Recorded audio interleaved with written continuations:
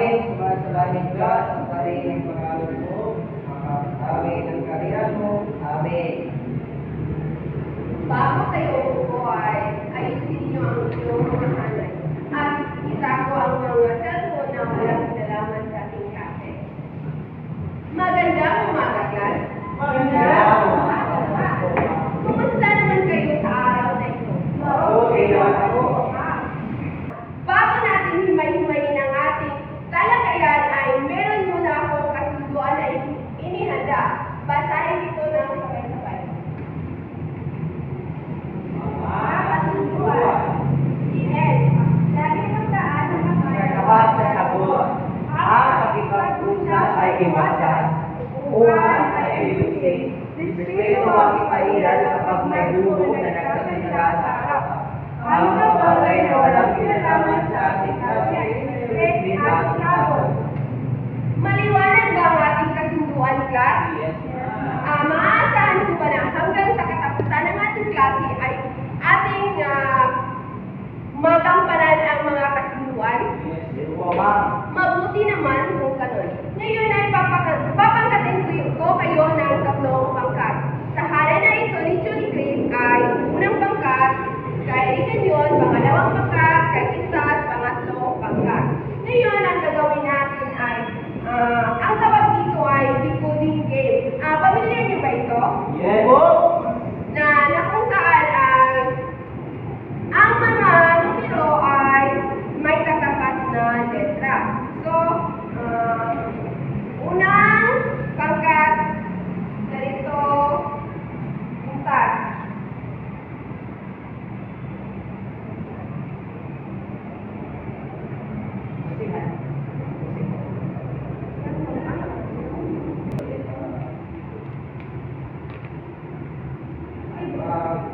Guardia po. Opo, tama. Guardia ang sagot. Yes. Pangalawa,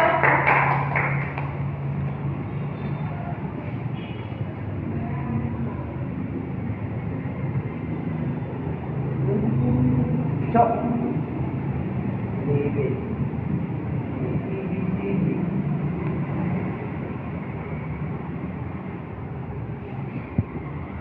Kapisang kalis po. tama. Ang sagot ay kanina.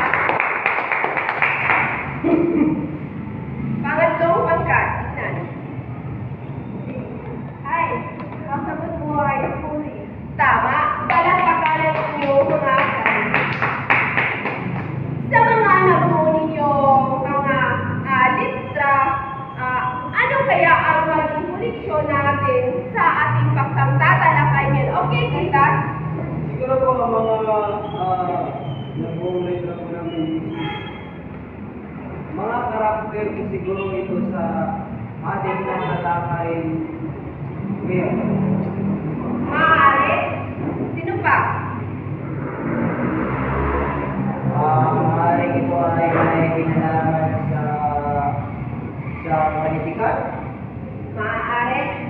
Ang paksang tatalakayin natin ngayon ay tungkol sa El Filibos Teresmo, Kabanata 9, ang mga Pilato ni Dr. Jose Rizal.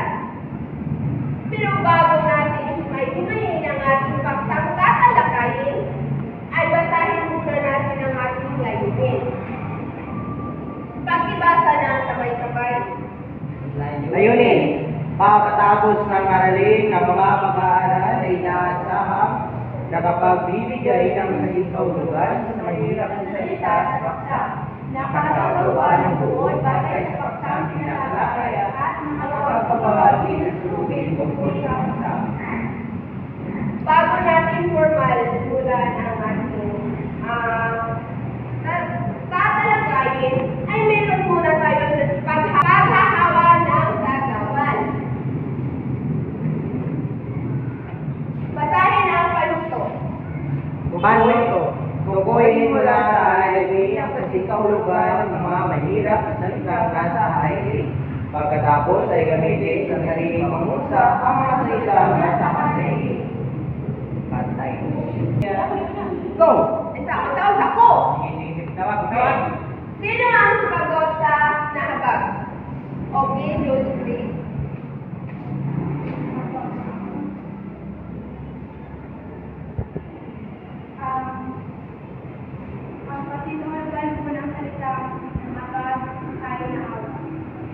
Gamitin ito sa sariling pangungusap. Ako ay nakabang kay Arlene nung nakita ko siyang nakalimong sa kanya. Palakpakan si Julie Chris. Sunod. Quintas.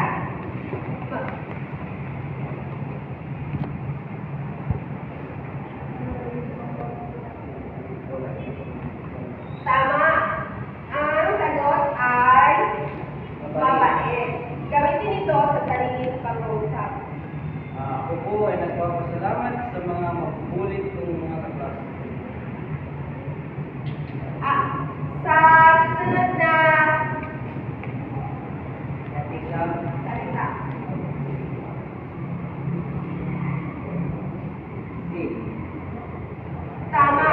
Ang natigang ay katapos. Gamitin ito sa sariling pangungusap. Madali kong naatipan ang aking gawain sa tulong ni Christ. Pang-apat na salita. Julie Chris.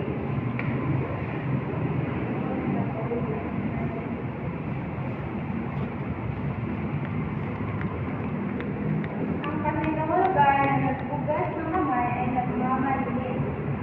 Tama.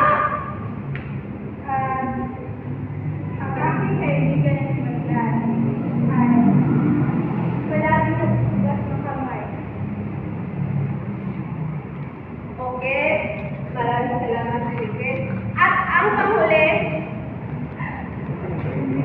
Regan yun.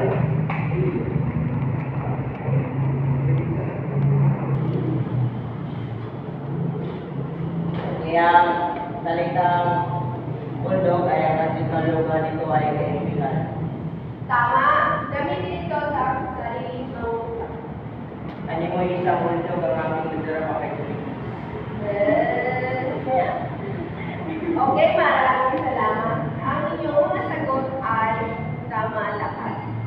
Ngayon, papangkatin na naman ko kayo sa tatlong basahin ng sabay-sabay ang kabanata 9 Pilato. Kabanata siyam, si Pilato. Kumara sa balita sa bayan, nagbukod si Tabisang Taris. Nagpahalian si Puti at nagbibig sa kanyang bulong-bulungan ng mga tao, ngunit ayaw masakot.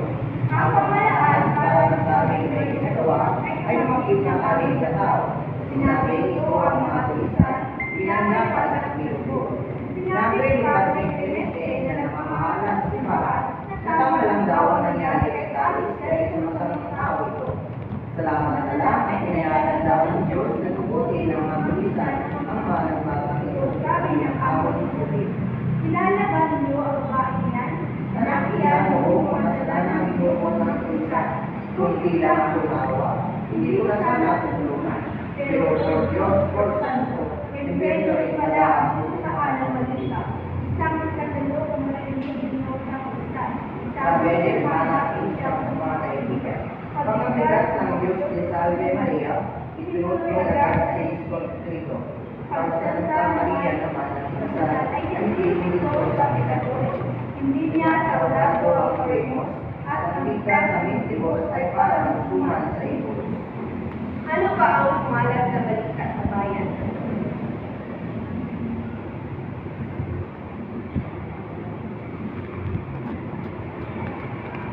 Regan yun. Narinig ko sa isang tayo, ma'am. Okay, maraming salamat.